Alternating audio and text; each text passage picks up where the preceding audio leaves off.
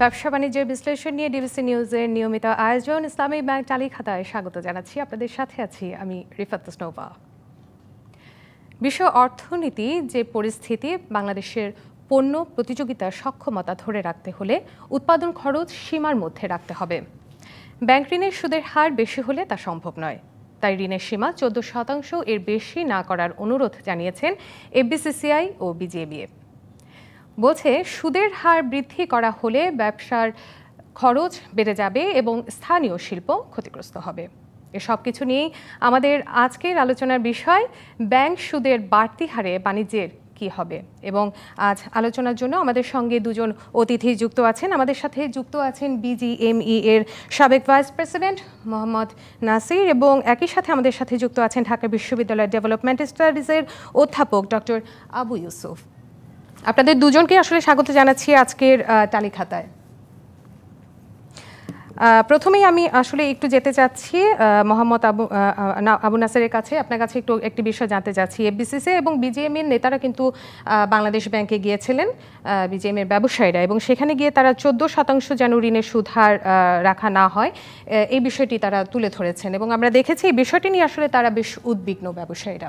আপনার কাছে একটু জানতে চাবো যে এতে আসলে ব্যবসায়ীরা কেন এত উদ্বিগ্ন হচ্ছেন, এর কারণটা কি? ধন্যবাদ আপনাকে। ডিবিসি নিউজের দর্শকদের শুভেচ্ছা।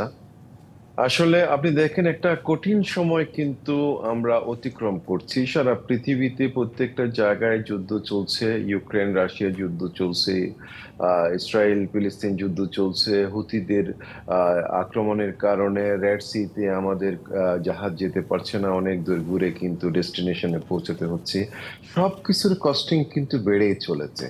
এর মধ্যে যদি আপনার ব্যাংকের ইন্টারেস্টটা বাড়ানো হয়, তাহলে কিন্তু আমরা সক্ষমতা হারিয়ে ফেলবো। যার কারণেই বিজিএমইএ এবং এফবিসিসিআই যৌথভাবে বাংলাদেশ ব্যাংকের গভর্নরকে অনুরোধ করেছেন যেন ব্যাংক ঋণের হারটা, সুদটা কমানো হয়।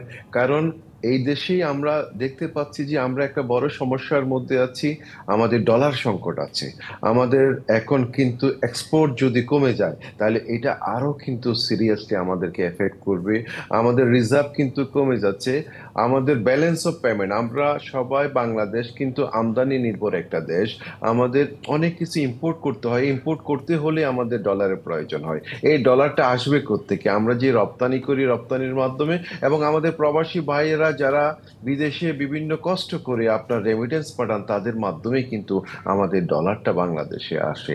তো আমরা কোনোভাবেই আমরা মনে করি না যে এই সেক্টরটা, বাংলাদেশের সর্ববৃহৎ সেক্টর হলো পোশাক খাত, এই খাতে যদি আপনার সক্ষমতা ধরে রাখা না যায়, তাহলে কিন্তু আমাদের যে এখন রপ্তানির গ্রোথ যেটা আছে, এত কঠিন সময়েও আমরা চেষ্টা করে যাচ্ছি এই গ্রোথটা ধরে রাখার জন্য, ফ্যাক্টরিগুলোকে চালু রাখার জন্য।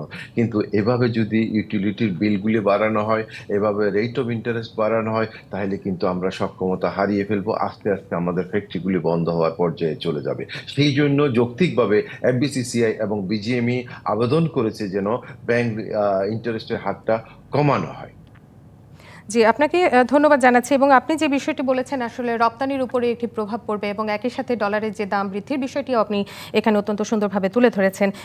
সার্বিকভাবে যদি বলি যে অর্থনীতির উপরে যে চাপ পড়বে সেই বিষয়টি নিয়ে বলার চেষ্টা করেছেন, এবং এই বিষয়টির জন্যই আসলে 14% ঋণের সুদ হারের বিষয়টি আসছে।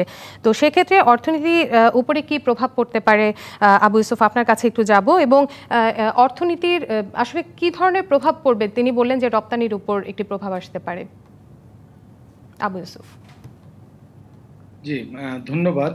আমার মনে হয় একটি খুব ভালো বিষয়ের উপর আলোচনা হচ্ছে।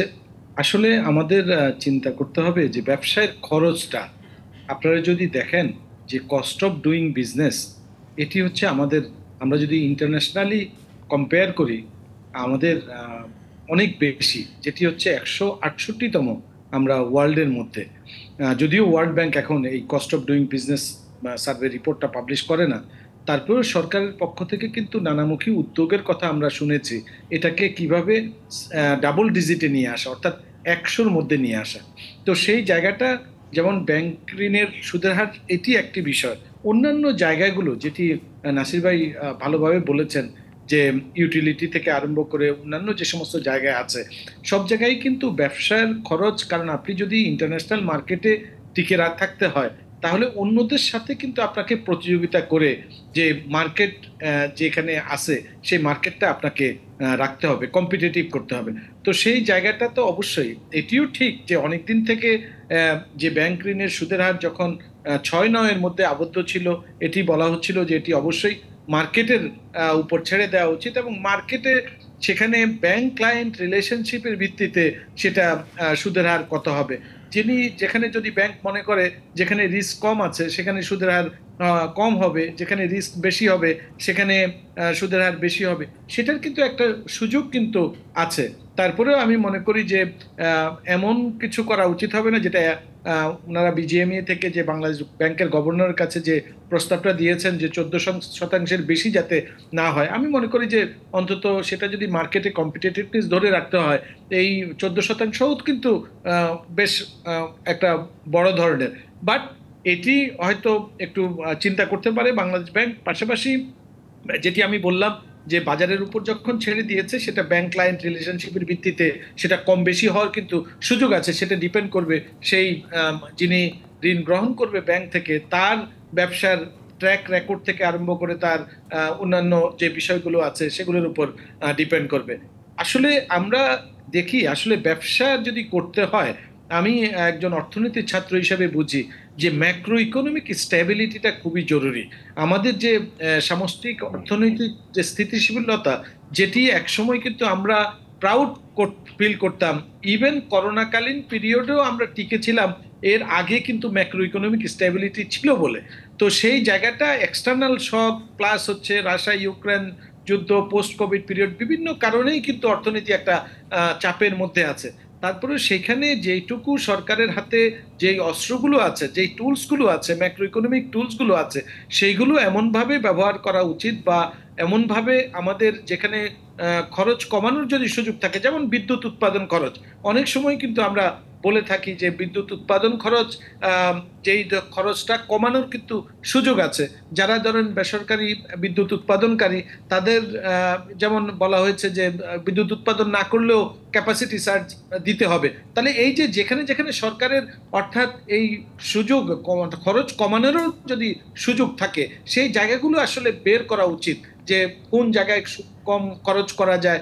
এবং আমরাও মনে করি যে অর্থনীতির চাপ কমানোর জন্য যেখানে যেখানে সাবসিডি দেওয়ার কথা সরকার, যাতে ভর্তুকি কম, একটা হচ্ছে যে বিদ্যুতের দাম বাড়ানো, কিন্তু আরেকটা হচ্ছে যে বিদ্যুতের উৎপাদন খরচ যাতে কম হয় বা সেই জায়গাটাও কিন্তু দেখার বিষয়। শুধু দাম বাড়িয়ে এই বাজারটাকে করাটা ঠিক হবে না, সেখানে দেখা যায় যে উৎপাদন খরচও বেড়ে যায়। অর্থাৎ যতগুলো এভিনিউ আছে যতগুলো এভিনিউ কিন্তু আসলে সেই জায়গাটার মধ্যে এক্সপ্লোর করতে হবে এবং সেটা নিয়ে যথেষ্ট অ্যানালিসিস করার, হোমওয়ার্ক করার সুযোগ আছে, যাতে অন্তত উৎপাদন খরচটা কমে ওয়ার্ল্ডে আমরা যাতে কম্পিটিটিভ থাকতে পারি।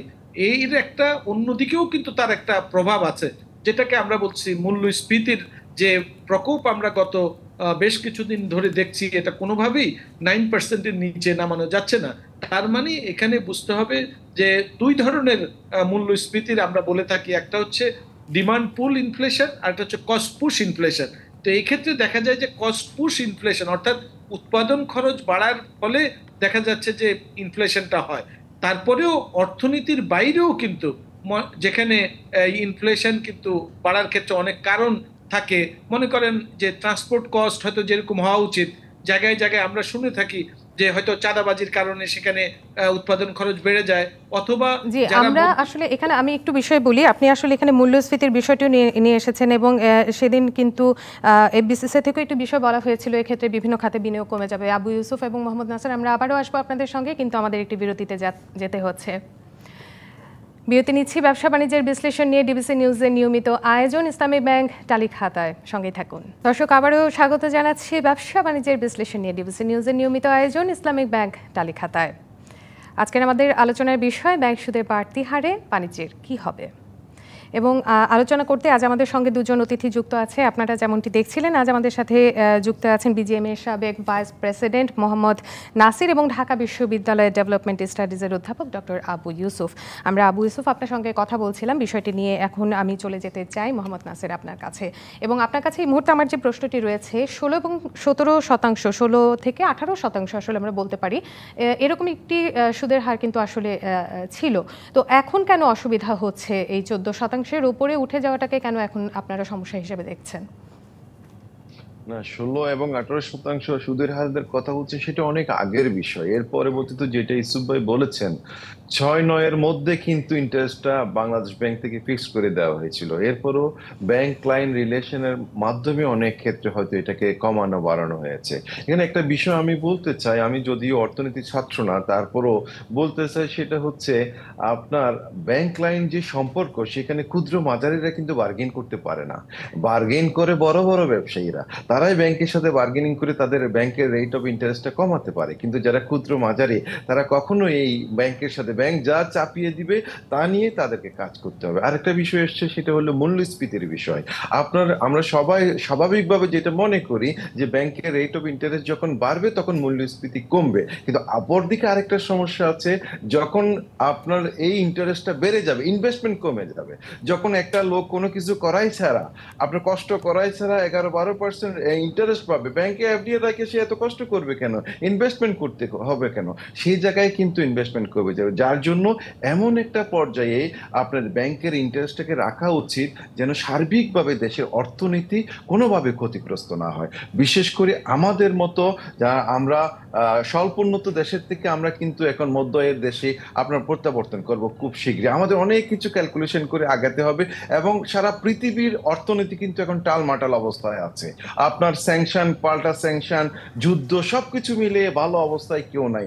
আমরা যেখানে এক্সপোর্ট করি সেই দেশের অবস্থা যদি ভালো না থাকে, তাহলে আমাদের এক্সপোর্টটা বাড়বে না। আমরা সবাই জানি সম্প্রতি ডিসেম্বরে আমাদের ওয়ার্কারদের বেতন বৃদ্ধি করতে হয়েছে, কিন্তু কোনো বায়ারের কাছ থেকে আমি মনে করি না যে কোনো এক্সেন্ট প্রাইস বৃদ্ধি করা হয়েছে।